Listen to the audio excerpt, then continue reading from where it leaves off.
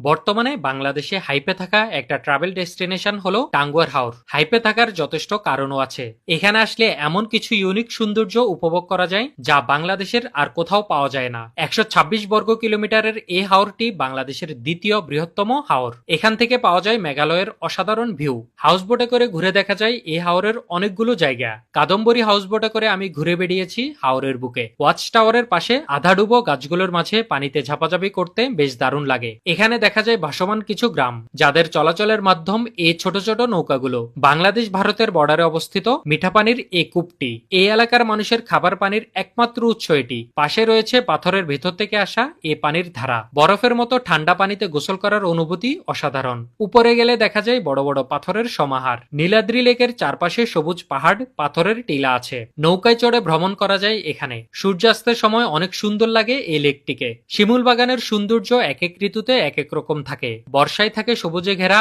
আর বসন্তে শিমুল ফুলে লাল হয়ে থাকে। হাওরের বুকে বৃষ্টি দেখতে খুবই চমৎকার লাগে। বৃষ্টিতে ভেজার মজাও অন্যরকম। মেঘালয় থেকে বয়ে আসা ঠান্ডা পানির নদী জাদুকাটা নদী। এ নদীর পানি খুবই স্বচ্ছ।